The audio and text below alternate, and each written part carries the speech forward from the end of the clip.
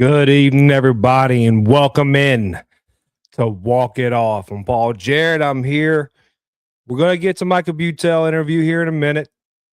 I'm not going to be wearing the same thing as I was in the interview. This was pre-recorded, just the way things worked out. But we're going to get into a few things before we get into the interview, which I promise you're not going to want to miss out.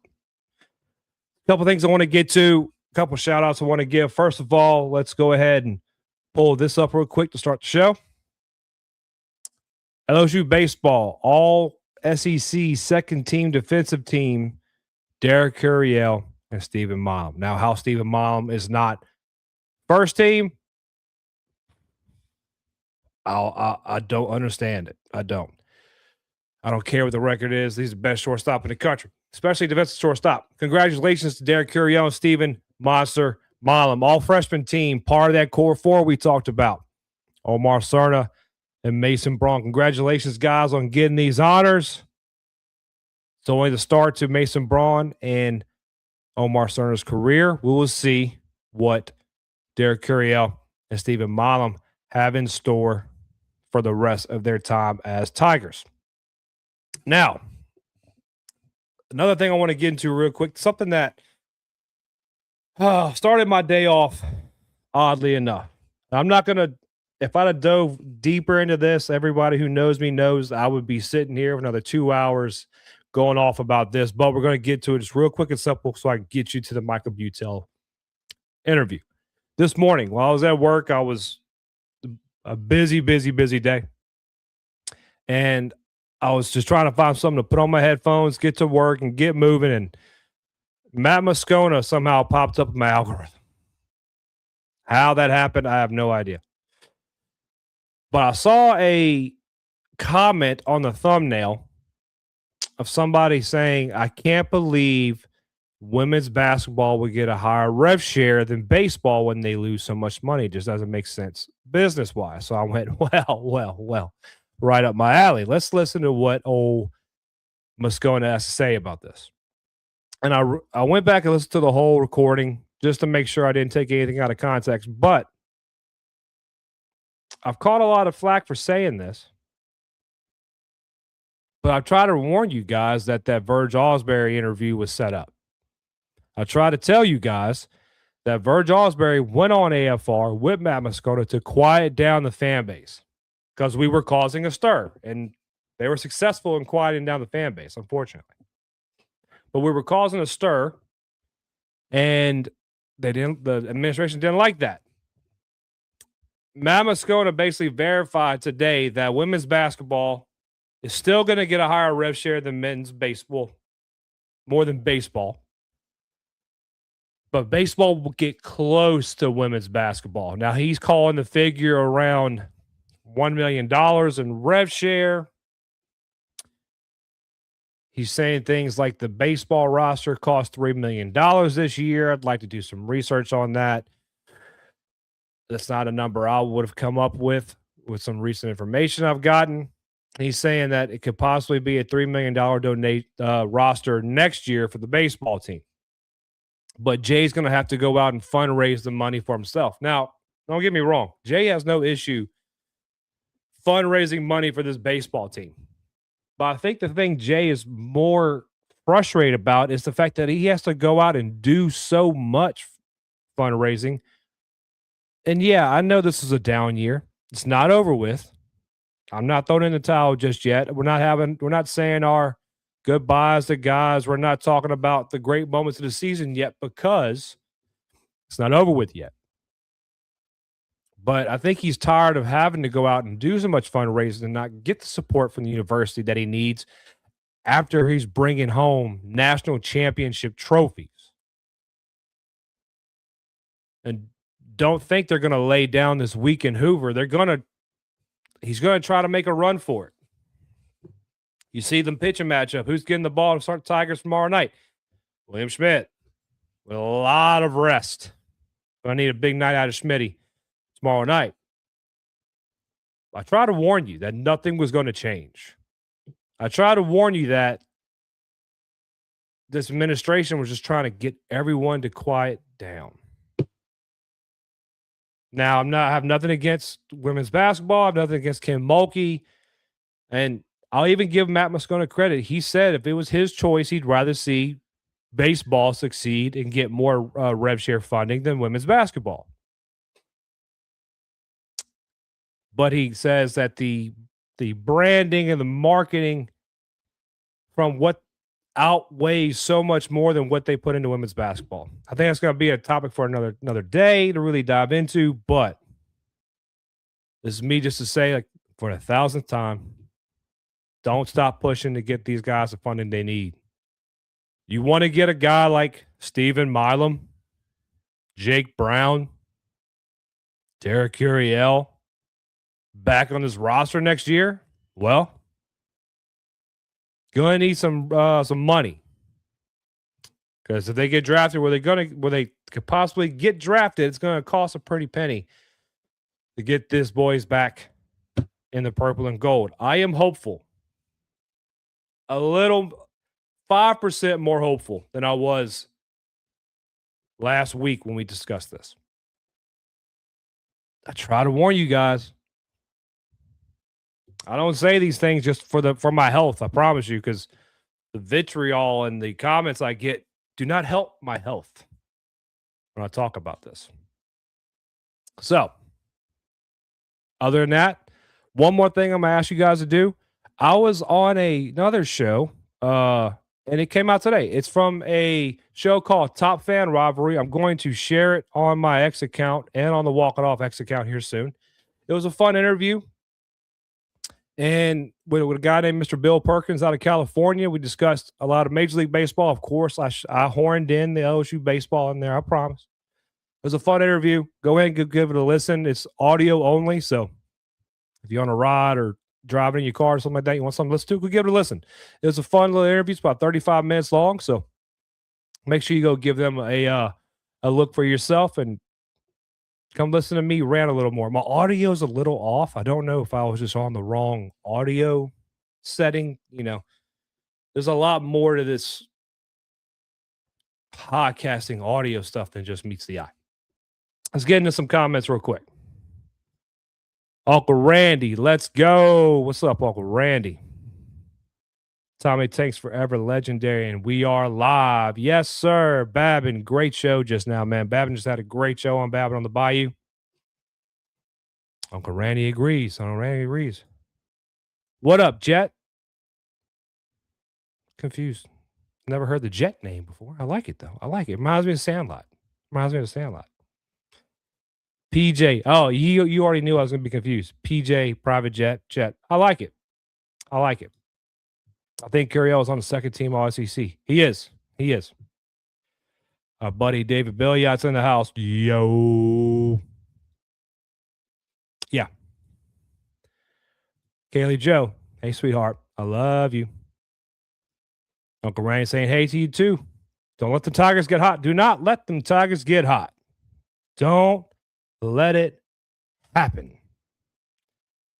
And you'll be, I know last night, I'll be honest, Jake McKeever and the Go Deep Dive guys with Zach and David a little higher on LSU in the tournament than me and Michael were. But it's going to be a fun interview. Before we let you go, because I'm about to play the interview here, we're going to pay some bills and play the interview. Remember that God loves you. All he wants you to do is love him back. Make sure you like and follow all the channels. Subscribe to the YouTube channel. Oh, one last thing before I forget. Pick to Click. So I've been tossing around what to do with Pick to Click, with having a few more things than I usually do towards the end of the year right now, because I think I got more than I needed. So how about this? This is what the plan is for Pick to Click for the SEC tournament. The Cade Anderson jersey that we all know I have. We're going to have other pick-to-click prizes per day, but we're going to do an SEC tournament while the Tigers are in the tournament, pick-to-click. So, if you pick a player who hits a homer in the game, not just the first one, your name goes in the hat. So, say they're in the tournament for 2 games, and you get 2 people right that hit a home run, you get 2 chances for the Cade Anderson jersey. So, That's what we're going to do. And we're going to have a giveaway for the K. Anderson jersey in that fashion. If it doesn't work out in any sort of way, well, I'll find another way to give it away. I promise you, we're going to give it away to somebody and make somebody's day that way. And there's going to be other prizes for the main pick-to-click giveaway. But I want to give away the K. Anderson jersey. I think that's something everybody would enjoy. So we're going to do a whole tournament giveaway for the Cade Anderson jersey. Remember, God loves you. All he wants you to do is love him back. Let's embrace this time with these Tigers. We don't have a lot of baseball left, seemingly. So let's just really enjoy this time with Hoover. I know we're not a fan base who just is huge on Hoover in the SEC tournament, but it's time to get big on it. Let's support these guys. Tomorrow night, there may be a sneaky live stream with a watch along. I'm thinking about it. It all depends really on the kids. All depends on the kids. Before I let y'all go, Job 22:21. Acquaint yourself with him now and be at peace. By it, good will come to you. And on that note, let's pay some bills so that God loves you and I love you. Then we're going to get to the Micah Beutell interview. Stay with us. John 16:33, Jesus says, I've told you all this so that you may have peace in me. Here on earth you will have many trials and sorrows, but take heart because I've overcome the world. Like that truth that Jesus won is so powerful, so significant in our lives if we fully trust and fully surrender to that promise. Like no matter what we're going to face, no matter what stress, no matter what challenges, no matter what anxiety, like Jesus promises peace, and he reminds us that all of the sin, the fear, the doubt, the shame, like he overcame it all. He paid the price for your sin and mine when he went to that cross. He died a death that we deserve. He went into the grave. He didn't stay there. 3 days later, he rose from the grave, and the promise is true that he's coming back someday. So the power and the significance of that verse is now in a 2-word phrase that's on a t-shirt, on a hat, on a hoodie, and simply said, Jesus. Even in the valley of the shadow of death, I can take rest, cause the living God is living in my chest. Every day I wake up feeling blessed, and even if I don't, I see it as a test. Join me and your favorite players by expressing your faith and assisting local ministries. Use code WalkItOffTalk for 20% off your orders at JesusOneApparel.com. 15% of your purchase will support local ministries like the LSU FCA. That is code WalkItOffTalk for 20% off. Jesus One. In South Louisiana, there's nothing we love more than God, family, sports, and food. For your next get-together, make sure you contact Mie Sourdough Bakery. Whether you're gathering with friends and family for the big game or surrounding yourself with loved ones for a Sunday dinner, let Mie Sourdough Bakery provide what you need to make it that much more special. Mie Sourdough Bakery is a small batch, all organic bakery right here in the heart of Baton Rouge, Louisiana.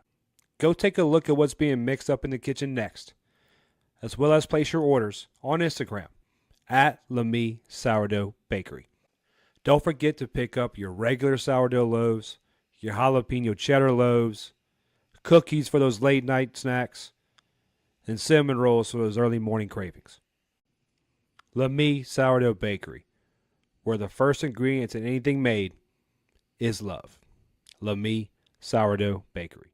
Everybody give Micah a little bit of saving grace.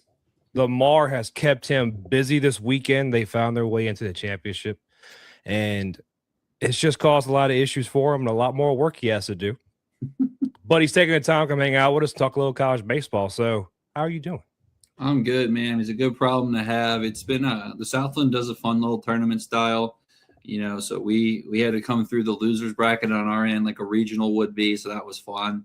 Got it done. And now we're hosting McNeese, another really good ball club. So it'll be a fun series. And in my neck of the woods, it's always nice when there's baseball 5 minutes from my apartment because I don't have to go as far. So that'll be nice. So that'll be fun. But no, man, I'm good. I'm excited. This is the best time of the year. I really, yes. I mean, obviously, like it is sad to think about that there's no more midweeks and that there's no more, like obviously conference play is fun, but this is where it getting like Like everyone loves March Madness Day, that Thursday, Friday, Saturday, Sunday where everyone's dialed in. You know what I can't wait for? 8 a.m. ACC baseball, 8 a.m. SEC, or 9 a.m. I guess SEC baseball. I can't wait for at 11 o'clock Eastern, 10 o'clock Central. We've got the Big 12 second games going on. Like there's going to be baseball all day. Obviously, it gets even quirkier with the weather and games running late, run rule. Like it's just going to be so much fun. And again, this is like college baseball. Like I like this more than the first start of regionals personally, because it's just you can watch it. Like in reality, you can see 300 college baseball teams in a span of a week if you really plan out your. Good luck to whoever has that many screens, but you could possibly do it. And I actually think it's more competitive baseball right now because these teams know each other. And when you get into a regional, like that's why Little Rock was so surprising last year, because no one expected Little Rock to hang around. But I had a question for you about my niece. I know we played him this year, but I can't remember. Is that Prince Fielder looking dude still at first who just mashed on us last year? I believe so. They have a lot of good guys. Honestly, I haven't seen them since February. So I watched some of their game in passing with Southeastern, but I was a little more focused on what we had to do our job first. But no, I mean, they're in general, their lineup's really good. What's impressive is they have one of the best arms, honestly, in mid-major baseball too. So like, it's gonna be really fun to see like what make. And again, for those that like, obviously, it's an LSU show, right?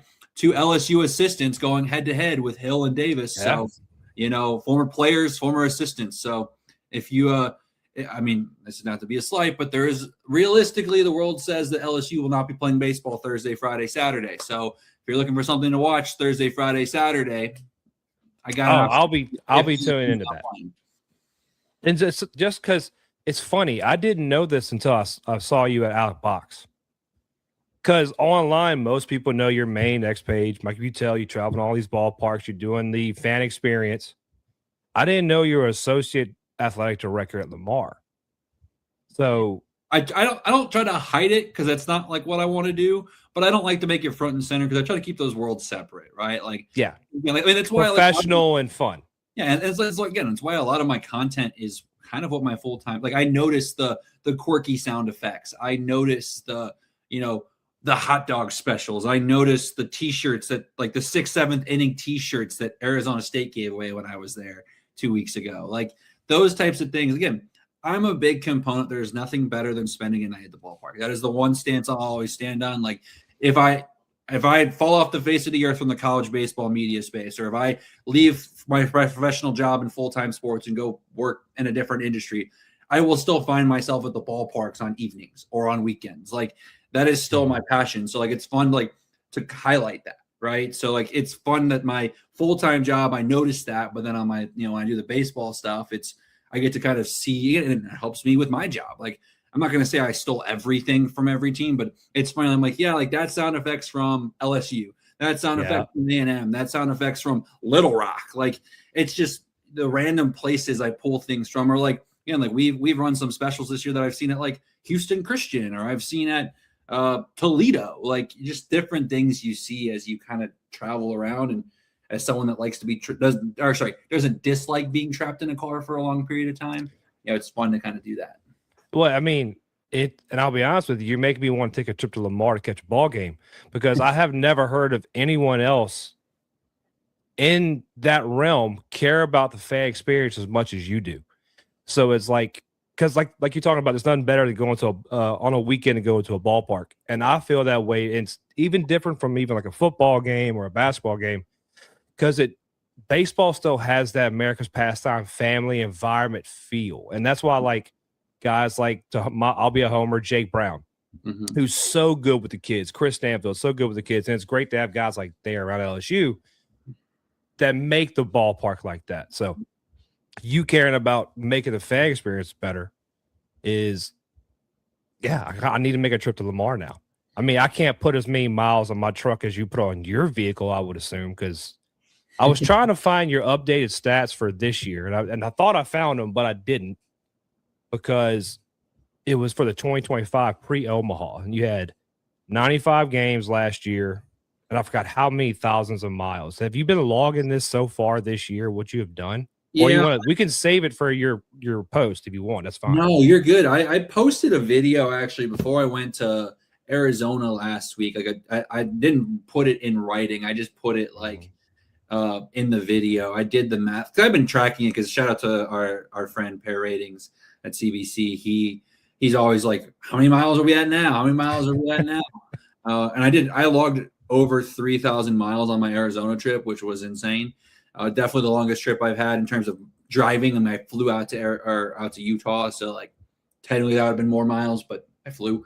But you know, it's I think it's above 15 now, 15,000. I mean, I will say I rent some of these cars. Everyone's like, your poor car. That's what I was thinking. On rentals. Shout out to Enterprise's reward systems. We're getting some pretty good deals now that we've rented cars. But yeah, no, it's a lot, but again, it's fun. And like I always say, like do I get a lot of sleep? No, but it rejuvenates me, especially when it comes to my full-time job where like, if for those that, you know, probably are aware, like working in college sports and in sports in general, it's not life or death, right? Like my job's not as important, in my opinion, as a nurse or a doctor or, you know, our first responders. Go down the list, right? Like bottom of the totem pole of importance to society. But our job is to provide someone an escape from reality. And so like for me, I get to then be the person that's sitting in the seat, escaping from the reality of his full-time job, of all the outside noise that's going on in my life and my, you know, my personal life. Like I get to have a hot dog, a soda, kick my feet up and watch a ball game. So like, you know, that's why it's, you know, people go, you're crazy. Yeah, I'm probably a little crazy, but it's also on the flip side, like I genuinely love it. And even though I might not be getting extra sleep because of it, I'm rejuvenated in a different way mentally, which is nice. So you just keyed something up for me. I want to save a lot of this for after this, but I want to kind of call you out because I think you gave some away. The soda. When you worked with the Minnesota Twins spring training system. So I read that. So we're gonna hit this a little quick, but then we're going to go to the SEC tournament. Don't worry, guys. I'm going to pick Micah's brain on baseball. Shout out. His background is not fully baseball, I found out as well. Google's a machine, man. Google's a machine. Google is a machine. But how was that working with the Minnesota Twins in the spring training type system? Yeah, that stuck out like a sore thumb to me. Yeah, that was really cool. I've been really, really fortunate and blessed really to have I've been working at a ballpark since I was 13 years old. I worked as a minor league. I was a bat boy for my second year as a bat boy in minor league baseball. Xander Bogaerts, Mookie Betts, Anthony Rizzo, like just name that Red Sox World Series team. And I spent my 21st birthday as Xander Bogaerts' guest at Fenway Park to give you an idea of how like fortunate I've been just in that lifestyle. Growing up, I grew up in Southwest. Well, I'm from Ohio, hint the soda, but like I moved to Virginia in middle school. So like we had a team. I was in Salem, Virginia. We have the Salem Red Sox. Now they're like the Ridge Yaks or something. But minor league baseball name changes. But they were affiliated high A at the time with the Red Sox. And so Jackie Bradley Jr. came in right after his South Carolina run. Like that whole roster. I had some really cool experiences as like a 13, 14-year-old kid. So, you know, I from that on, like I got a job, you know, working in different spots. And obviously the Twins kind of worked out because when they were looking for someone, they needed someone that was obsessed with baseball. Well, they found the right guy. So, you know, because we had to work, we not only worked spring training, but then there was the minor league team stuck around in the summers in Fort Myers. So like I was fully sanctioned there, had some meetings in Minnesota, but for the most part was just in Fort Myers. So it terrible was really terrible place to work. Yeah. Terrible place to live. I mean, I will say, this might be a hot take. Fort Myers is not one of my least favorite places I've ever lived because when it's the most beautiful, every single 75 to 90-year-old Midwest person is down there because that's when the snowbirds. And then it's 100 degrees and humid in the summers and nobody's around. So great, there's no traffic, but you really don't want to be outside either. No. So, you know, it's kind of, again, it's obviously Fort Myers is beautiful, but it's just funny because everyone's like, oh, it's so great place to live. I'm like, kind of like, So, and I'm more of a mountain guy and lake guy than a beach guy. So yes, that's my personal preference. But no, it was really cool. Again, like, and at that time, like one of my favorite kind of rejuvenated my college baseball love You know, we had some guys that obviously got freshly drafted would come up to high A, you know, that would be a big part of it. Like, why am I drawing a blank on his name now? Oh my goodness, from Oregon State, who hit the go-ahead home run to win the national title against Arkansas. Jacoby Jones? Not Jacoby Jones. No, it's a J. Trevor Larnach. He came through Fort Myers immediately after getting drafted. So, again, he was telling me those stories about that run for Oregon State. And so, like, again, I was just in business ops, but I was around the ballpark so much. Like, Rocco Baldelli, the manager for the Twins, was always there. And like that was still my favorite thing. I drove a beat-up minivan, and I always was parked next to Byron Buxton's brand new, like, Maserati. Can't remember what model it was, but it was like my beat up minivan, Pontiac minivan, is parked next to a $500,000 car, and it was always the biggest joke at the office. But that was a really cool experience for sure. And sometimes I miss those. I miss that lifestyle because, like, you had to grind from February to September, but man, those months where you had those couple months where it was just nothing was great. Yeah. And I'm very disappointed in myself right now that I try to think of Oregon State guy and I said Jacoby Jones. That's showing the homerism. So because he went and played outfield for the Red Sox, and I can't remember his name anymore. It started with a J. Ellsbury? Yeah, Jacoby Ellsbury. That's right. Okay. So we're going to get past that. I do have to give you one thing, though. I just remembered. You're the reason my wife gives me so much crap about the concession stand at LSU now, because you started posting stuff from ULL and all these other games. When she met you, she went and started looking at your stuff. Mm-hmm. He's like, why don't we have that Alec box? I'm like, honey, money's already an issue. I don't want to get into this right now. Like, we're not doing this. Yeah. SEC tournament in Hoover. We've already talked about it. You're going to be there going to see the SEC tournament. You have seen every team this year. Lucky, not lucky. You work hard at it. Right now, off the top of your head, I do have the bracket. We can pull it up if we need to. I've seen 10 of the teams in the SEC against LSU, and I've watched them sparingly here and there, of course, when they're not playing, when LSU's not playing. Who do you, in your mind, believe is the best team in the SEC at this moment? Best team's Georgia.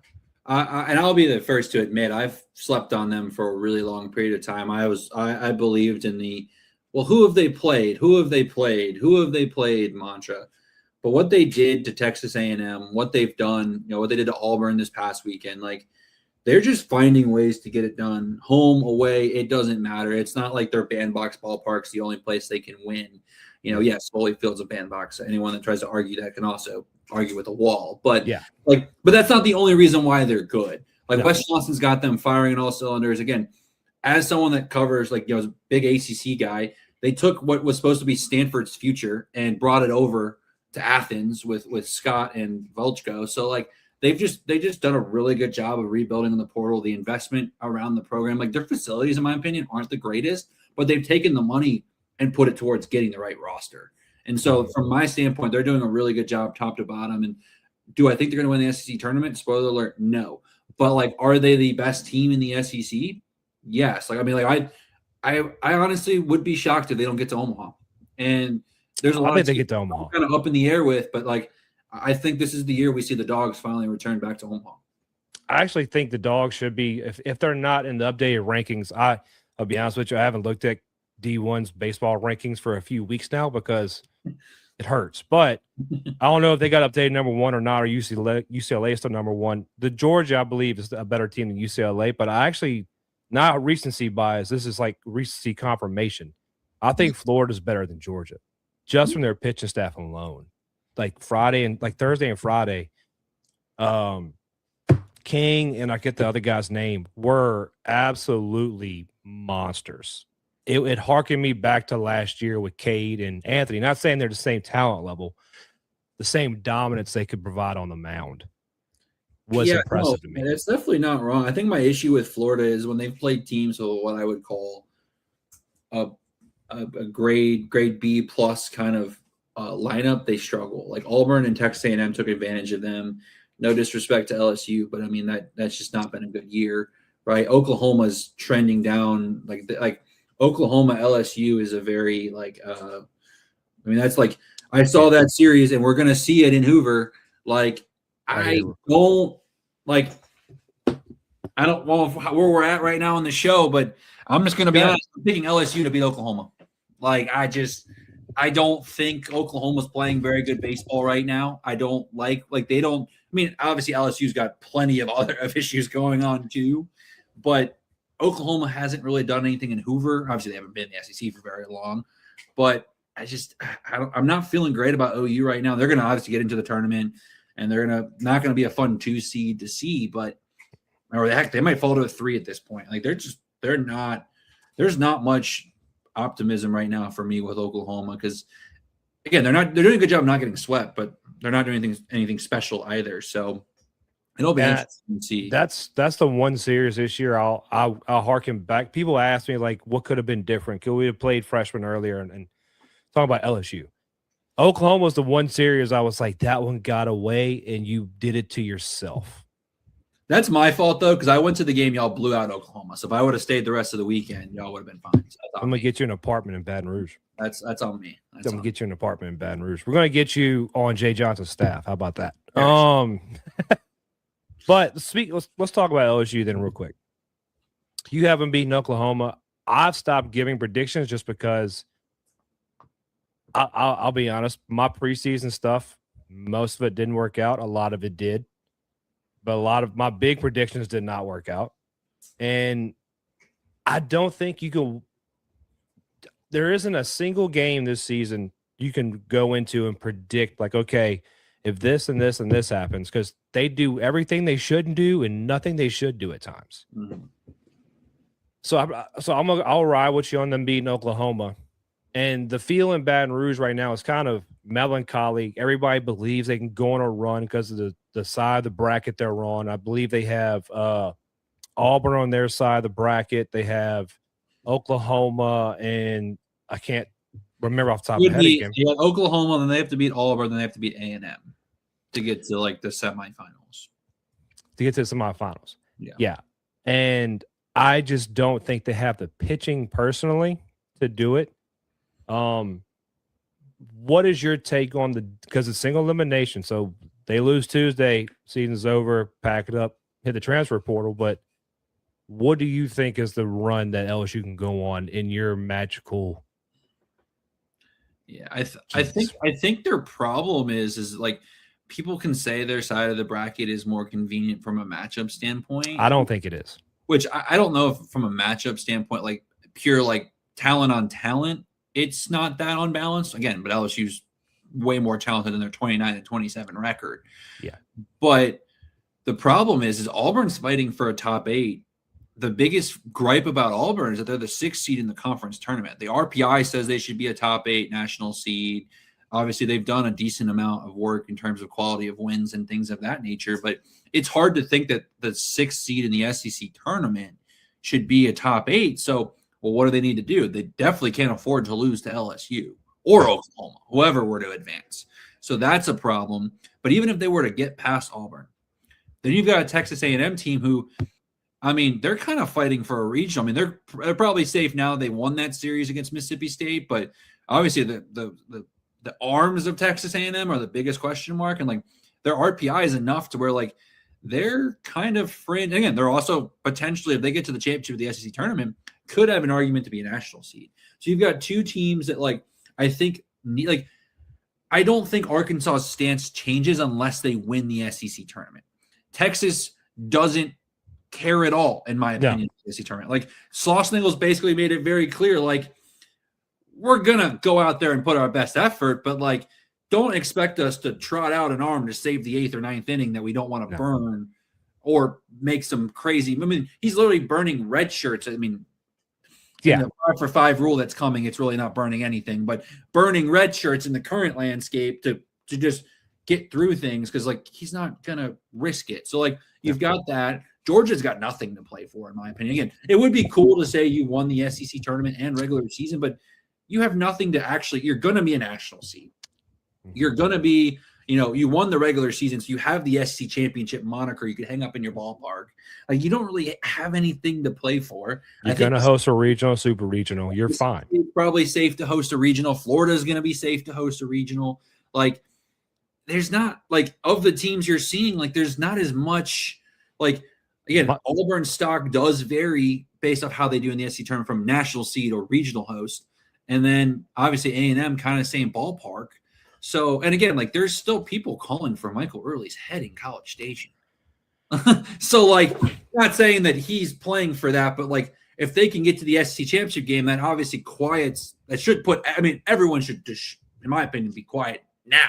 But it should hopefully quiet those voices on social media. And I will say, there are some people I know that have money at A&M that are not fans of Michael Early. So I think that might help his case if he's like, hey, well, I took us to the SEC championship game after missing the tournament the year before. And by the way, we're hosting a regional, maybe even a super, like, top 8 seed in College Station. So, yeah. And just a caveat on the Michael Early thing. Fans are LSU baseball fans, LSU fans in general, LSU baseball fans in particular, can be the best fans in the country, bar none. Also can be the worst fans in the country, bar none. And like a guy like Michael Early, because everybody wants that TikTok, Twitter, quick response, instant gratification. And it's like he inherited the worst situation in the world when Schloss left. Second year, look where he's at. Phenomenal. And the kids were behind him, the ones that stuck around, which most of them did. So people just need to shut up. Like, enough people don't talk about too. Like Schloss left A&M for a good reason. He got more resources at Texas. Like, I'm not saying A&M's underfunding their program because they've got money that and they're willing to put more to it. But like, you look around the rest of the SEC, like I'm telling you right now, they are not top 4 in spending in the SEC. And when you think of Texas A&M, I know I personally think of money. So like, it's not like, I mean, they're building a new facility. Have you probably, I don't know if you've ever been, but like if you go to the ballpark now, there's a giant construction site just outside the ballpark. Like they're doing a lot of renovations. They are doing a good job of paying their players. But like Gavin Grahovic doesn't stay because of a paycheck. He could have gotten a bigger check somewhere else. He stayed because he wanted to play for Michael Early. Yeah. And obviously that is a big reason why Texas A&M's where it's at. Chris Akopian transfers in because he wants to play for Michael Early, not because A&M gave him the biggest bag. I promise you that was not the biggest offer he got in the transfer portal. So like it's, again, people don't see that though. They just go, oh, like we dropped a series to Auburn, so fire him. Like, I mean, respectfully, A&M, the national title you went on was the best you've ever had in your program. That's not the standard every single year. Like even like LSU fans shouldn't be calling for something like that. But calling for Yeski. At least they'd have proof of concept because they've won 2 titles in the last 4 years. Like you could at least say like mentally it makes sense. Your standard is national, like Omaha or bust, where A&M's been Omaha, I think 4 times in the last 15, 20 years. So it's like they're there every year. And again, all of that was under the previous regime who literally the entire staff minus Michael Early, and even he technically left for a day, left. Yeah. went a little bit further west. So, I've never understood the talking heads the social media warriors. I call them mouth breathers. It's fine. But like, because it kind of fits them. It's the nicest way I can do it. But it's like people calling for Nate Yeski's head. And like, I'll say this. To me, pitching worries me the most because of this. I'll pick on a guy that I love, Kason Evans. I've went to bat for him this year. At a 10-pitch selection, he may throw 9 that are dots, but he's going to leave 1 at the letters, and they usually get parked. Yeah, that's the problem with LSU, and that's not a Nate Yeski problem. That's just first-year starter as a Friday guy, sophomore problem. That's all that is. And like a reminder to people, because like I got a lot of heat for this earlier in the year when I said LSU wasn't going back to Omaha. Well, they're so talented, and don't get me wrong, I had them preseason top 3 because I'm not gonna lie, I just went in with the bullying and looked at everyone else and said, sure, I'll agree with it. Because I don't get to follow the fall like a Kendall Rogers does, like, because I got other things in my full time that I got to worry about, right? And it's not like college baseball. It's getting better, but it's not like information on college baseball teams is just constantly being posted every single day in the fall. So, like, it's hard to get back to Omaha after you won the national title. No one has done it for the last 15 years. Yeah. Like, and national champions, I'm talking about national champions, obviously. Like again, think about it. Obviously it wasn't as bad of a fall off as this year's been, but you win the national title in 23, and then you're going to Chapel Hill regional in 2024 and don't even get out of it. Like, but almost do, and you shouldn't have been there. Yeah. But I'm sorry. I had to defend that. I'm sorry. No, yeah, no, but again, like it's what I'm saying. Like it's, but you're right there. But again, like it's not like it's every year the national champion just goes back to Omaha. Like, obviously, like it's tough to miss the term. Like this is arguably, actually, no, it is worse than what happened with A&M last year. Obviously, at least LSU will finish above 500. A&M, I don't think did last year, but they also lost the national title, not won it. But I mean, like, especially in the era, again, that's like anyone that's upset, like at least Jay Johnson knows what went wrong. He knows he made mistakes.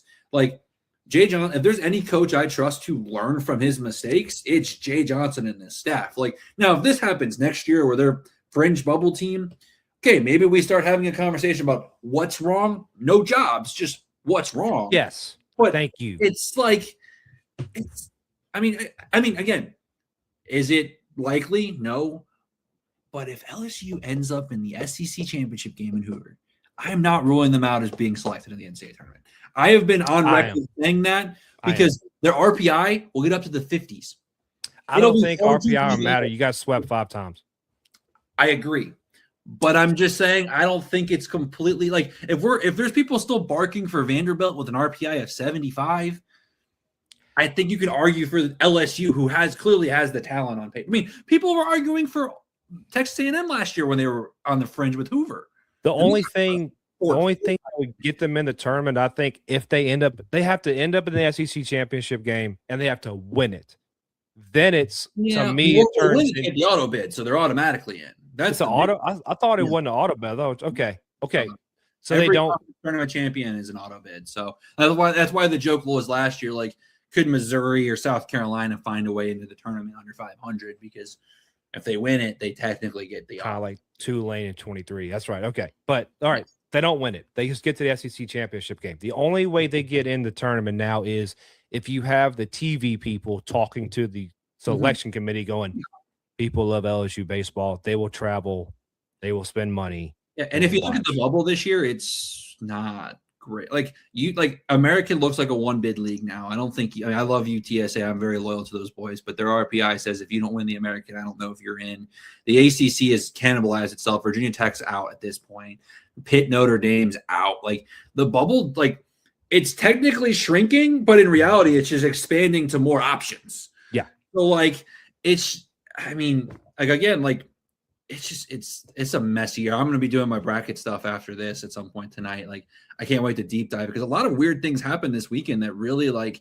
I mean, Arizona State was like a one weird bounce away from losing a series to Houston and probably being on the outside looking in. So like, it's a weird dynamic of everything. So it's going to be interesting. But yeah, I mean, I think again, I'm not saying I think LSU is in if they just get to the championship, but I'm saying I would not be surprised if you see a couple voices having those conversations of like, why not LSU? Because again, paper wise and again, they would have not knocked out Oklahoma, but they would be 2-2 against Oklahoma this season, who is clearly fading. You would take down Auburn, you would take down A&M, you'd have to take down Texas at that point, assuming, or Arkansas, or Tennessee. I mean, I don't know if South Carolina gets that far, but maybe that would be like that. Like you almost want to just keep knocking down the top dogs and then face Georgia in the final, play them close. Who knows? But you're maybe right. 5 sweeps though, that is really hard to get past. Resume's hard. Yeah, I kind of forgot how like when they lose series, it's not just like lose them; it's like 0-3. Well, yeah, man. The worst part about I'll be the devil's advocate for those sweeps. Most of those sweeps were 0-3, but lose by 1 run here, lose by 2 runs. It wasn't like a couple of them. Yeah, you got just railroaded. Like Florida railroaded you Friday. And Bo, you're saying earlier about I want to touch on this. Trusting Jay to make the changes. I want LSU fans in particularly, but college baseball fans in total understand this.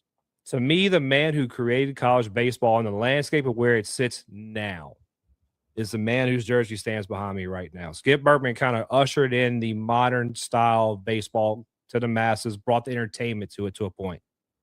It took him 7 years to win a national championship at LSU. Now, he had to build the program from the ground up, but The talent was here. No one else could do it. Took him 7 years. It's okay. There's only one skip. So we got off on a big tangent. Let's get back to the other side of the bracket. So who do you have coming out of the LSU? I'll call it the LSU side of the bracket just for ease of them. I have Auburn. I've got Texas A&M. Okay, so I think the Aggies have enough pitching to beat Auburn in that game 1, and then you put either Texas and A&M together on that side, or Arkansas, who's going to be on their second game. Like, I think things can get weird. I was at the A&M Texas series in College Station. I mean, I know that's just one weekend of baseball, but A&M looked like the better team. And again, A&M can hit. I don't know if Texas can out-hit A&M. And the way Hoover likes to play, where the ball doesn't like, it's not a bandbox, but it's not like it's a pitcher-friendly park by any means. Yeah. You know, that's going to be beneficial to the Aggies. And again, like, knowing what's on the line, I think it just means, no, SC pun intended, just means more to them. Just means more. So I like the Aggies to get to the SEC final. So who do you have coming out? So I have Auburn, you have the Aggies. All right. Who do you have coming out of the opposite side of the bracket? I have my SEC champion, the Alabama Crimson Tide. Don't say that. Don't say that. Why do you say that? They got the double bye. They have they are one of the few SEC teams that is very firm in their rotation still to this day. They know what they want with Faye and Adams. You're only gonna have you're gonna pitch Faye on Friday, or because they play Thursday night. On Thursday night, then they're gonna get a day off, and then get to go play on, if obviously they win, play on Saturday against a Georgia team who, again, let's just say what it is, doesn't necessarily need it. Yeah. Or you're gonna get State, and again, they're looking at Florida, Kentucky, or Vanderbilt in their matchup to start. They dominated Florida. I was at that series in Tuscaloosa. They had something on Aiden King. That was Aiden King's worst outing of the year, was against Alabama. Alabama doesn't have a massive baseball fan base, but they always do a good job of making the trip down to Hoover. So there'll be plenty of Crimson Tide fans at the ballpark. That double bye is set up really well, and nobody wants an SEC tournament championship more, I think, than Rob Vaughn. He wants something to hang his hat on, because in all respect, I love Rob. He doesn't really have that. He has no regular season title. He hasn't escaped a regional. He hasn't really, he even hosted one and didn't get out of it. There's so many things that he wants to accomplish that, actually, he got out of it at the Supers, though, and he lost to that Wake Forest team that obviously went to Omaha and pushed LSU to the brink, too. What was the actual national championship, in my opinion, which was LSU and Wake, even though it was the same side of the bracket. But anyways, he doesn't have a lot to it. And again, it's just, I think it plays out really, really well for them.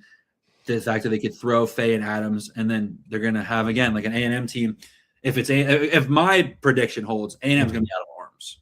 They threw Darden twice in starts this weekend. And again, they were able to mash. Mississippi State's got so many question marks right now, too, that I like knowing teams that want to give it their all to win it, mixed with they know what their roster looks like. And I don't think there's many teams in the SEC right now that know their roster that well, like Alabama does. And you look at their side of the bracket again, they just have, I think that top half of the bracket is more favorable than the bottom half, because I think there's just more to be played for. Because again, Missouri's got really nothing to play for. Mm-hmm.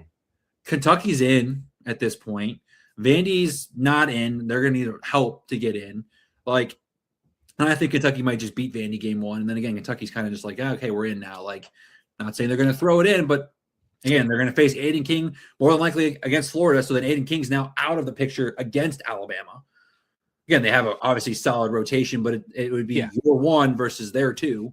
So I just with Alabama, again, it's weird to think that Alabama got the double bye, but they found a way to get it. And I want to think they're going to take advantage of it. So I have Alabama winning the SEC tournament. You may have swayed my opinion on that side of the bracket. My SEC tournament winner is Auburn. Yeah, that's who I have. Because of kind of what we talked about earlier, you have teams that are going to do the LSU special. Throw Kate Anderson, Anthony Iverson in the same game. Cool, whatever, move on, then pack up. Hey, we're going to stay one more night here, guys, and we're going home. Mm-hmm. Mississippi State, I got Ole Miss coming out of that side. Mississippi State beating them. And then the Georgia kind of hey, because Wes Johnson was here. He knows how to do it. He's not going to throw it, but he's not going to care. I think Mississippi State and their new head coach, who his name just slipped my mind, Brian O'Connor. he wants something to prove. Because as I now learned today, you're the founder of Just Means Less ACC. So, coming from the ACC to the SEC, he has that chip on his shoulder to where last year he was saying the ACC in his mind is the best conference in the country when he went and talked to recruits. Now he wants to prove everything he said about him being one of the best coaches in the best conferences. He can do this in the SEC. He can do that now. And this is one of the best opportunities for him to do that with a talented roster. But I don't think he has enough to beat Auburn. That's who I have winning the NCC tournament. Fully, what do you think about my Mississippi State take? Even though I may be sliding to your Alabama take, I just don't like the color maroon. That's fair. The thing is, I know Brian O'Connor's philosophy, and he's not going to take the SEC tournament as seriously as I think you're giving him credit for. Really? Look at Virginia's history in the ACC tournament and tell me where he gave a flying rat's rear. His biggest thing is have his team play its best baseball, and like obviously I'm gonna make this very clear for myself, and I'll speak for you a little bit too. We are not saying coaches do not care and will lose these games on purpose. We're just talking about the level of urgency that these coaches will have to win these games.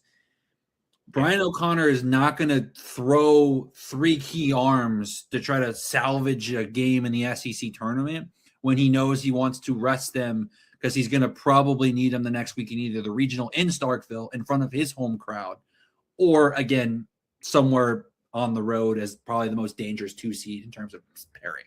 Like, I just don't think he's going to do that level. And, again, they have a lot of things they're trying to figure out.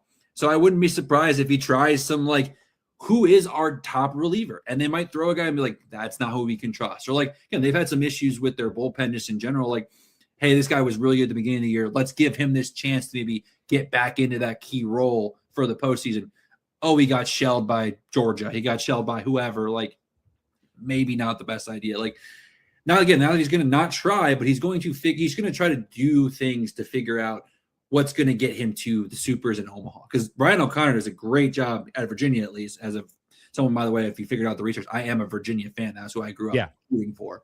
Like, they always found ways to get to Omaha, even though it was like, I don't know if this team is really Omaha caliber. They found ways. Yeah. So, I think I'm just not as worried about it. And also, too, like, this might be just really dumb of me, but like with the way weather and stuff is going to play into Hoover as it always does, those coaches that aren't as worried about the conference tournament are not going to throw guys off schedule. They're not going to, like, if their top guy goes and throws 2 innings and they get a weather delay, he's not coming back. He's done. So, like, it's just the urgency that I think they're going to have. Though I would agree with you from the standpoint of the message, like the message of Brian O'Connor being able to go, I won the SEC tournament. Like, again, you leave out the tournament part when you go recruiting, but I won the SEC tournament my first year in the league after all what he did at Virginia. That is a loud statement. When you also factor in, if you've ever been to Starkville, the best facility in college baseball. Like, sorry, Alex. That's all they have. It's it's the mecca of college baseball. It just is. Don't. They have great facilities. Mecca, no. But I wouldn't. I'm trying my best to get Jay more money for facilities. Okay. I know you are. LSU fans, this is maybe a call to arms. Like, you could probably one up them, but for now, like the problem with that, as far as facilities wise, in LSU is you have the monster of LSU football. You got to feed, and money's going to go to football. And at the end of the day, you can talk to somebody who works in college baseball. College baseball is not a profit or money making sport in collegiate athletics. And LSU gets damn close to being profitable. But you got to spend money where you make money. That's just smart economics. Yeah, absolutely. So around the country, because you do a lot more, I pay attention to the nationwide college baseball scope of things, but I'm not as educated as you. Aside from the UCLAs, or better yet, give me this. Give me the one team you see that's in the tournament that is kind of like just like a penciled in, inked in team that you think can make a lot of noise in the postseason and get to Omaha? I really like this West Virginia team. I've been harping on them for forever. I saw them earlier in the year when they were healthier at Baylor. And I mean, what they have on their rotation is great. They have a lineup that has a lot of veterans that were, again, a part of that team last year that fell in the Super Regionals in Baton Rouge. Some of them were even there when they fell in the Super. Like, they have been knocking on the door of Omaha the last 2 years because they ran into that buzzsaw, that UNC team that was super special in 2024. So, you know, they're right there. Coach Sabins is a really good, like, in-game coach. If they get to host a regional, which is starting to look more plausible by the day, that's a community that's going to rally behind them. That West Virginia, again, like, I was there. I didn't go to the Baton Rouge Super Regional last year, but I saw them in the Chapel Hill Super Regional 2 years ago in Chapel Hill. I'd say that twice. I said it in the name, but you know, they had to, like, fight hard to block WVU fans from getting tickets because they were willing to pay whatever it took to get into that ballpark. Like, they had free standing room areas, like, on the track facility that, like, kind of overlooks so much blue and gold. Like, that is give them something. I mean, people probably saw it a little bit in Baton Rouge last year, like, a underrated fan base in all sports, but especially on the baseball side. Like, their ballpark is massive. It holds like 8,000-9,000 people, and they can fill it. Yeah. So, like, give them that atmosphere. Give them a regional. I don't think they're going to fall in the top 8, but if they make noise and surprise this weekend, they could sneak into that spot. And now you're talking about potential super there.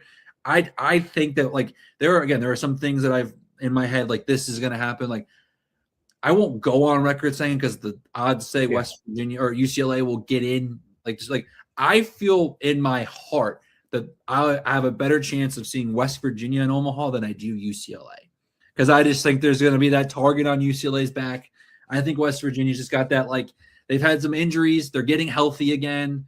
Like, I mean, I know Kansas, there's question marks about whether Kansas is a legitimate top 10 team or not, but, like, what they did going to Lawrence in that environment where it's, I mean, if you look up videos of what happens in Lawrence, the things the students say, like, I'm all for have fun, be rowdy. It sometimes crosses the line with that fan base over there. Respectfully, I love them. I love the passion, but let's tone back some of the personal stuff that I remember. We talked about family environment. Yeah, you know, like, I've been there before and seen it firsthand. It's not as PG as that, you know, maybe is made out to be on social media from KU. Like, to go there in a record weekend of attendance for KU baseball and sweep them tells me that this team's capable of doing anything they want to get to Omaha. Yeah. So I've been watching what you say, and I've been following West Virginia as well, but they didn't click. Now, your UCLA take, I mean, if they had the best shortstop in the country, maybe, but I kind of agree with you. They don't have the best shortstop in the country. We do. But, okay. I kind of had UCLA as a lock for Omaha just because. Present your case. I mean, again, they have every reason to be. Like, I'm not saying they're not going to get there, but don't be surprised if they get paired with, like, let's say that 16th seed Mississippi State, and Brian O'Connor works some Omaha magic, or they get a 16th seed. I don't think A&M's going to fall that far, but maybe they do, considering all the question marks with their health, and we have seen the committee punish teams for question marks. Like, A&M comes out there, like. And that ballpark is small. I don't mean to be disrespectful, but it is not like I talked to UTSA coaches who went there for the Super Regionals last year. They're the atmosphere in Austin to the atmosphere in Los Angeles, night and day. They're like, we were playing a conference series in a Super Regional. That's not the slight UCLA fans. They just don't. It's LA. There's a million other things to do than watch UCLA baseball in a city park, basically. So, you know, I could see it. UCLA and Georgia Tech, in my opinion, are the two best talent teams in the country. But they both have flaws. UCLA's flaws, they really haven't been pushed. They don't really get tested. Like, they've been able to put all their, like, everyone's like, oh, look what they did against Oregon. Yeah, well, they had 3 weeks where they were playing under 500 and RPI 150 plus Big Ten teams. Like, of course they were able to be juiced up for this. Like, that's what makes the SEC so hard, is the gauntlet of it. Like, you get juiced up for one weekend, we got to respawn and do it again the next weekend. It's almost impossible. So I just could see that kind of thing. And there's a very realistic chance they're getting UC Santa Barbara in their regional. If UC Santa Barbara does what I think they might, and they pitch off and let Flora go against them 1-0-1-0, weird things can happen. I think that Flora is the best pitcher in college baseball over at UCSB. Like, him or Dax Whitney, who obviously is now out for the year. So, like, now it's kind of, in my opinion, him. Like, you just don't know. And again, there's that, like we saw with last year with Vandy. It felt like Vandy was the clear cut. Like, they're going to find a way at least to get to supers. And they didn't even get out of their regional. Yeah. Like, Louisville, and I think, didn't Wright State knock them out? Like, so, like, you know, weird things happen when, and they're going to be the one. I mean, barring they just absolutely somehow tank and Georgia Tech or Georgia win the SEC tournament. But again, Georgia's RPI is probably not even going to get them there. Like, there's an argument whether Georgia should even be a top 8 seed, to be honest. They should be. But their RPI could make an argument like, I don't know. So it's just, I think RPI in the SEC is kind of like out the window. You went through the SEC. Like, that's my opinion. But what you were saying, you made me think about this earlier. But college baseball, me growing up, to me, college baseball is better when teams like UC Santa Barbara and Cal State, or now just Fullerton. Cal State, Fullerton are good, not UCLA. Mm-hmm. I miss those days. Okay, so you heard it here first. Micah Beutell says UCLA will not make Omaha and West Virginia will. Quick couple. Go ahead. No, I'll make sure I'm not saying I just, like, I don't know. My gut feels like West Virginia has a better. I'm also biased because they spoiled me with a million merchandise items. I mean, I'll just literally right off the cusp, every single game hat that West Virginia. I saw that. Is literally in my hand now. So, like, maybe I'm just this. Maybe I'm just jerseys. Maybe I'm just they bought my affection and love. Maybe that's what it was. But the black jerseys, though, you don't like them?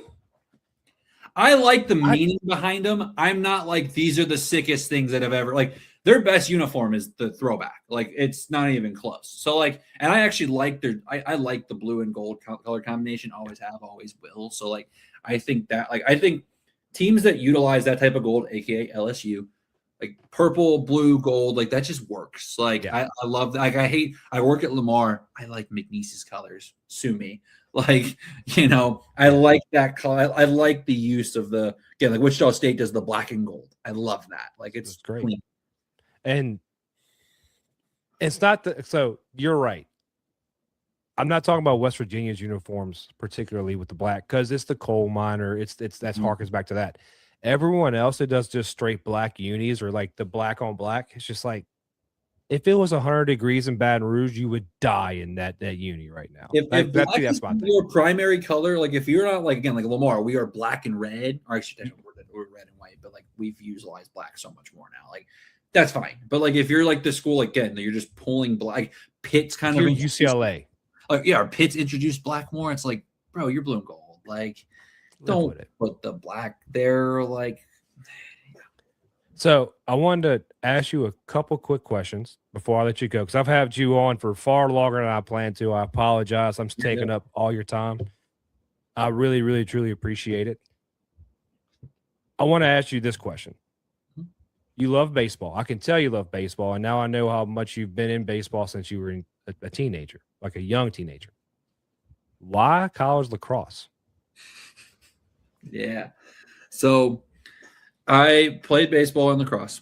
When I moved to Virginia from Ohio, I was a hockey player as a kid. So, again, stresses the O's. That's where all that comes from. Mm-hmm.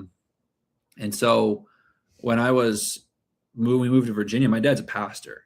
The only hockey league within 3 hours of me was only on Sundays. Well, kind of hard to miss church as the pastor's kid. So hockey was kind of, the dream of hockey was dead. I mean, I was good, but not good enough to, like, convince my parents to, you know, break a deal with the Lord to let me play. So lacrosse was the next closest thing. And again, where I was at in Virginia, it was available comparatively to, like, other places. It's a fast growing sport because you have lacrosse growing around here in Baton Rouge. So I actually played both. I played baseball, I played lacrosse. I loved both. I went to a really small school, so you could do both. Like I literally just didn't practice very much. It was just kind of like play. But what ended up happening was there was a lot more scholarship opportunity in college for lacrosse than there was in baseball. Just plain and simple. Like I'm very thankful between my academic and my athletic, and then I was an RA for 2 years. I walked out of college with $20,000 in debt. And I've paid that off, thank the Lord. So, like, we're in a spot where, like, if I would have played baseball, I think I was told I was good enough to go D2, small D1s, like your VMIs, I don't even want to say McNeese because I think they're almost a little bit more of a powerhouse. But, like, you know, maybe like a New Orleans who doesn't have a big program history or something. Yeah. No, but I would be at maximum a walk-on. So now I'm paying $30,000 a year to go to school to play. Like, that's still amazing to me. It's like, again, people don't forget about it in the modern NIL. Like, there are kids on a Lamar team that are paying to go play college baseball. So, like, I at least was fortunate enough to be able to go to a D2 school, get my school paid for the most part. And then junior, senior year, I didn't pay anything because of my scholarship. So thank you for that, Lord. But, like, it just made sense. And I also, like, loved playing. Like, I love playing lacrosse, but I love watching baseball more. So it always is funny because people are like, oh, like, what's your baseball history? Well, I actually played lacrosse in college. Like, what? But it makes the story. Oh, yeah. When I read that earlier, I was just like, yeah, it was great though. Cause when I was in school, my teachers thought I was on the baseball team because I just look like one. I mean, I'm 6'4", you've met me. I'm 6'4", 275. I look more like a baseball player than a lacrosse player. Yeah. And so, like, you know, a lot of my teachers thought I was on the baseball team. So, like, I shouldn't admit this publicly, but it's 10 years. Statute of limitations. Yeah, right. Like, I would miss class occasionally when I knew baseball was on a road trip because they just assumed I was with the baseball team. And then I was able to miss on the days. So it was always just a funny thing. I didn't skip that many classes. I graduated 3.6 GPA. I'm not that dumb, but it was just funny because teachers were like, yes, how'd this weekend go against Catawba? I'm like, well, baseball. Yeah, I think they did okay. Short memory. We got to have a short memory in baseball. That's what right. Yeah, exactly. We move on. And then, because I'm happy you bring that up, because speaking of the financial side of college athletics, we have to contend with now. It was always there, but now it's in our face. Your baseball players aren't making football player money. You have all these people yelling, "Oh, they're semi-professionals." Like, they're still kids who are old enough to buy alcohol, and they're not getting paid the Sam Levitt type. Yeah. So just remember that for me. So in this last question, I'm gonna let you go. Favorite fan experience, and if you could change the fan experience at Alex Box, how would you change it? Favorite fan experience. That's tough, man. There's been some good ones because there's for every plus there's I wouldn't say a negative, but like, you know, like, oh, this was really special, but then this was kind of. I think my favorite fan experience that I've been a part of in college baseball, like in your travels. Yeah, no.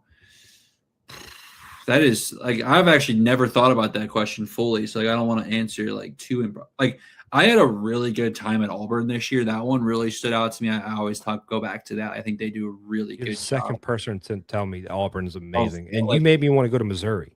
Like Missouri has, from like a value standpoint, the best value in the SEC. I don't know how you top it. I mean, you could attend a game for $50, have a hot dog, have a beer, get a shirt, get a ticket, like park for free. Like, their ballpark's not great, but like, it's not, in my opinion, the worst ballpark in the SEC. And I don't think it's not like, again, we're not talking like when you say bottom of the SEC ballparks, that's still a good ballpark, guys. Yeah. There's a lot of bad college baseball ballparks. I can tell you that right now.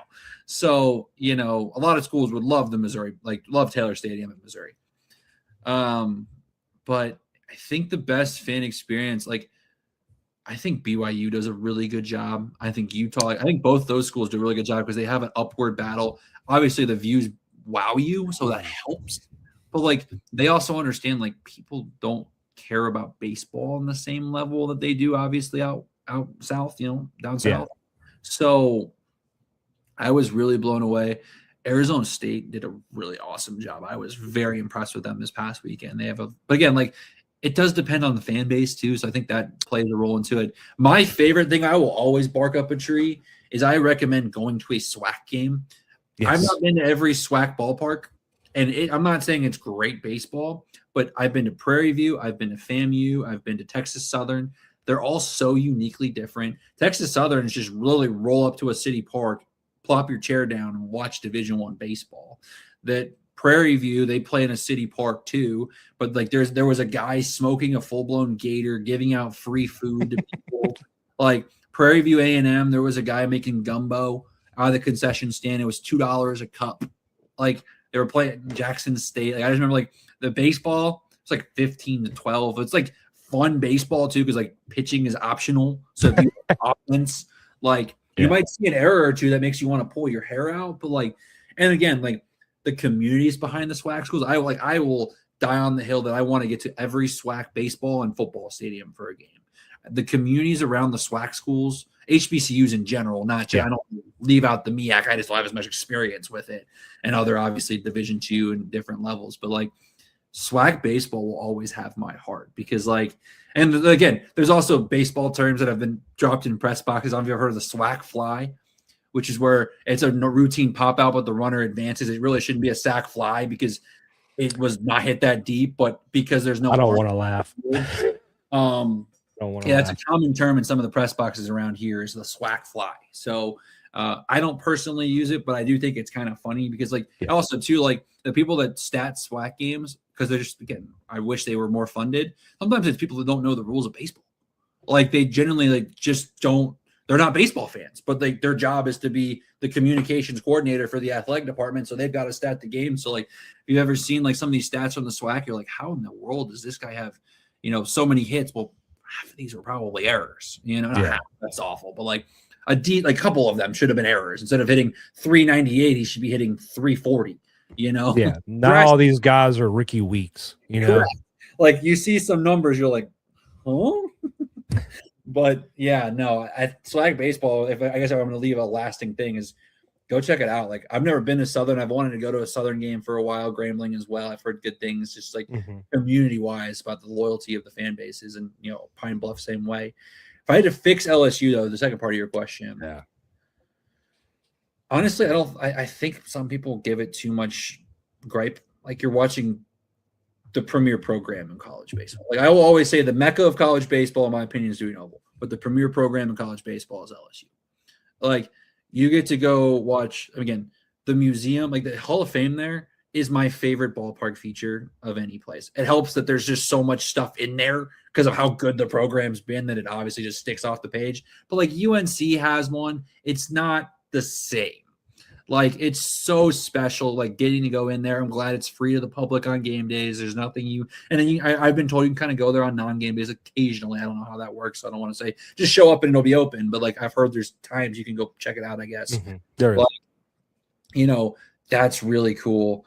I think the food options are actually really good. The prices aren't the greatest, to be honest, but like I do like that there is at least some Louisiana flavor there. Like there's been SC ballparks I've gone to where it's like nothing. Like A&M does a really good job with their concessions, but like Texas is hit or miss depending on what food truck shows up. Like they don't do an actual good job with their concessions, in my opinion.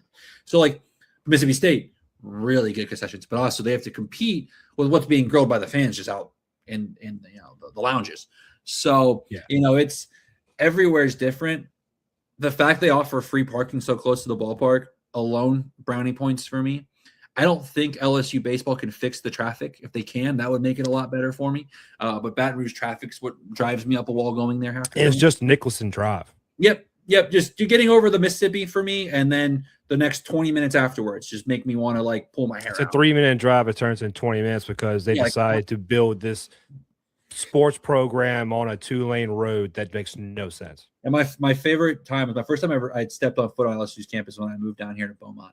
And I showed up to campus around 1 o'clock in the morning. And it took me like 2 minutes to get from the interstate. I'm like, man, this is going to be so convenient. And then the first time I went there, I'm like, how is it 3 hours and 40 minutes? Oh, because 55 minutes of it is traffic once you get 5 miles outside of Baton Rouge. Once I can see the Capitol building, you're going to be stuck for a while. Yeah. But, and it all depends on time of the day. Yeah, true. because I pass there every day for work, and because you have an idea where I live now. Because coming off the bridge, I get off right before the bridge, thankfully, coming from the north side. But I live, as our mutual friends, 3 minutes from the ballpark. Yeah. I go down to River Road, take a left, and I'm home. But I understand what you're saying, because I have to deal with that traffic for football games to go to work. Yeah. Yeah. So, like, but again, like the fact they offer the daiquiris and stuff like that, like, I think those are like nice touches that, like, that was what's cool. I did LSU game this year as like a fan. I just showed up, bought a ticket, didn't do the credential side of things. Like, so I'll admit I had a daiquiri. I hope that's not against the rules to have an alcoholic beverage. In Baton Rouge, no, it is the rule. Well, like, it's true. I that's the only way you can actually be like welcomed as a fan is if you actually do what the fans would do. But like, again, I had crawfish mini pies last year when I was there for the super regional art regional against Little Rock. Like, those were phenomenal. So like, again, price, like, I wish it was a little bit more affordable, but considering the level, I mean, obviously maybe this year is like the exception because it wasn't a very good season, but the level of competition that's occurring on the field factored in with everything else, like, that was a very affordable trip. Like, I've seen, like, it is more affordable to go to an LSU baseball game than a Houston baseball game, and they just fired their coach. Like, so there's a lot worse power programs out there from a fan experience standpoint than what LSU. I wish it was a little bit more. I'll say this: LSU fans are great and they show up, but they are sometimes quiet. I wish there was maybe a little bit more energy in the ballpark. Sometimes there's ballparks I go to, like A&M. It's never quiet. It's never quiet at State. I went to Auburn once, but it was not quiet the entire time I was at Plainsman. Like, it felt more like a football game than a baseball game. So with the fans, I'll say this about them. It depends on the game and how the season's going. Like, you go to the opening SEC game in Outbox, it's a madhouse. Yeah. Now this year, it got quiet because that's where I saw you at the game, the one you didn't have the credential for. Yeah. What I'd love to see you do one year or for one game for LSU, and I want to like facilitate this. Because my selling point for Outbox and LSU for people to come find it is I tell them, hey, the tradition, all this stuff with the team, it's great. The fan experience, because I actually got into a little social media back and forth with Jake prior to the season about this. I'm like, the fan experience at LSU is not in the ballpark per se. It's outside the ballpark before you get in. Because, like, say you're a West Virginia fan. You could have got your hotel room, got your tickets, parked for free, and not paid for food the whole weekend. Yeah. We would have fed you, just, and it's good food. Yeah, 100%. I want to see you do that. When it comes to food, I'll say that. We're not fat for no reason, buddy. But I'm taking you for far too long, Micah. I gotta say thank you so incredibly much for your time, because I know you're going through it right now with your job. Tell everybody where they can find you, and let them know so they can follow you throughout the postseason and then going into next year. Oh, wait, one more question. Hold on, I'm sorry. Quick question, quick answer. So I have how would you put it? I have a rivalry with a friend of mine who says this doesn't matter. Do you think fall baseball reports matter? Because you brought this up earlier, and you wish you could see more fall baseball reports. People going to fall scrimmages and team scrimmages and kind of logging what they see. Does that matter to you or no? I think so. Yes.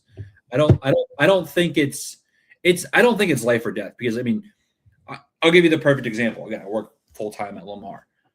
We played Texas, beat them in the fall. It was a big deal on social media. Like, look at what Lamar did, or maybe does Texas suck? Question marks, right? Whatever. People that I saw play for Texas are not making key contributions this year for this team. And same thing for Lamar. There were some guys that we threw. I'm like, oh my gosh, this guy's going to be the reason we get to the conference championship game. And you haven't seen him all weekend. Yeah. So, like, it's not that it doesn't matter, but it's nice to kind of have an idea of who had a good fall, because at the bare minimum, it's going to give you an idea of what you're going to see come spring. Because, like, for example, like a Lamar, we lost two of our top arms that would look really good in the fall to Tommy John before the spring happened. And so, like, it makes me understand why Lamar got off to a slower start than I think we expected we would. Because we didn't have our normal, what we thought would be our Friday and Saturday guy. And then our what should have been Sunday guy gets Tommy John on a pitching on a Friday and like the first week of the season. So like the depth changes drastically, and it's nice to know. And like, and the fall reports from LSU was really talented, but question marks. Well, the question marks have reared their ugly head this season. Yeah. So like, would have been, again, does it tell you what's going to happen in the spring? No. But it gives you a little bit more understanding of what you see, or especially early in the spring. So I think, again, I like it. I don't think it's life or death. Like, I've always thought it's overreaction every single spring practice in football, like getting another 20-minute podcast about what happened in a 2-hour spring practice. To me, that means nothing. I agree. Like, so, and again, I think the fall ball reports would be nice. I don't need like the daily, like today, so-and-so hit 6 home runs in the inner squad. Like, that's cool, but like, it's inner squad. But like, I do like to like have. I wish there was more like, hey, West Virginia went and played Pitt in a fall game. This is the final score. This is what Max Yell was touching on the radar. This is what was working for him. Like, this is the situations that occurred to why he maybe went 7 innings instead of 4. Like whatever the piece would be. So maybe that's me meeting in the middle of your answer. I say yes, it matters, but like I also don't think it's like.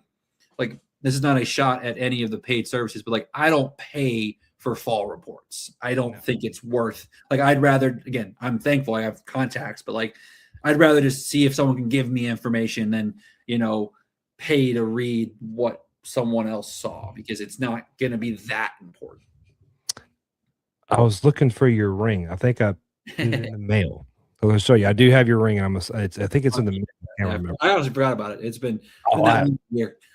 Started doing pick to click, and now I understand how much shipping costs. Anyways, but like I'll say this, and then we're gonna let you go. Like I live so close. I go to every spring scrimmage and fall. I call them spring and January, fall beforehand. One thing I was wrong about, I said Zach York 20 home runs. Pay your taxes. It didn't work out that way. Let everybody know where they can find you, Micah.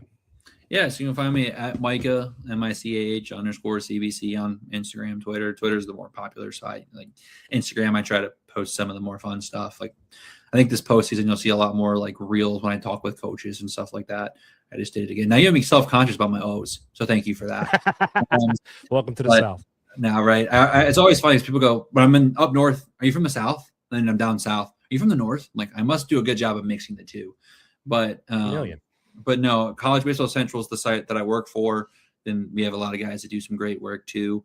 We'll be all over the place this postseason. We'll have boots on the ground, and I'll be in Hoover for a couple of days and have to come back here, which good problem to have. And we'll do hopefully, I'll hopefully be able to make the Sunday championship too, because unless we get weather pushed back in the SLC, we'll be done Saturday. So we'll get some Hoover. We'll have some guys. We'll have a guy in surprise for Big 12. We'll have Big 10 covered, ACC covered. So we'll be at the bigger tournaments, and obviously the most important one for me, the Southland Conference. We'll have that covered. But yeah, it's gonna be fun. And again, it's that time of year. If for some reason someone watching this is in Hoover Tuesday, feel free to hit me up on DMs. I'm pretty good about responding. Or if better yet, just comment on something I post. Like, hey, I'm here. I'd love to meet up. I love meeting everyone. It's a lot of fun. Again, this is for me as a glorified hobby. Like obviously I think I've now become a little bit more of an insider because I'm just around it so much, but I'm genuinely just a guy that loves the sport. So part of why I love it is meeting people while I'm on the road. So feel free to stop me and say hello. And before I let you go, I got to say thank you, because I'll be honest, before this season, I didn't plan on having anything of this or having the engagements I have. And you have been nothing but kind and generous with your time and your opinions and anything ever since. And you have no reason to be, because it was just nobody. But thank you so much for your friendship. Thank you for your help with everything that you've helped me with. And can't wait to see you soon. And we got to do something this summer. Have some fun with some baseball. Absolutely. And remember, guys, Jesus won. Jesus won, guys. Jesus won. Thank you, Mike.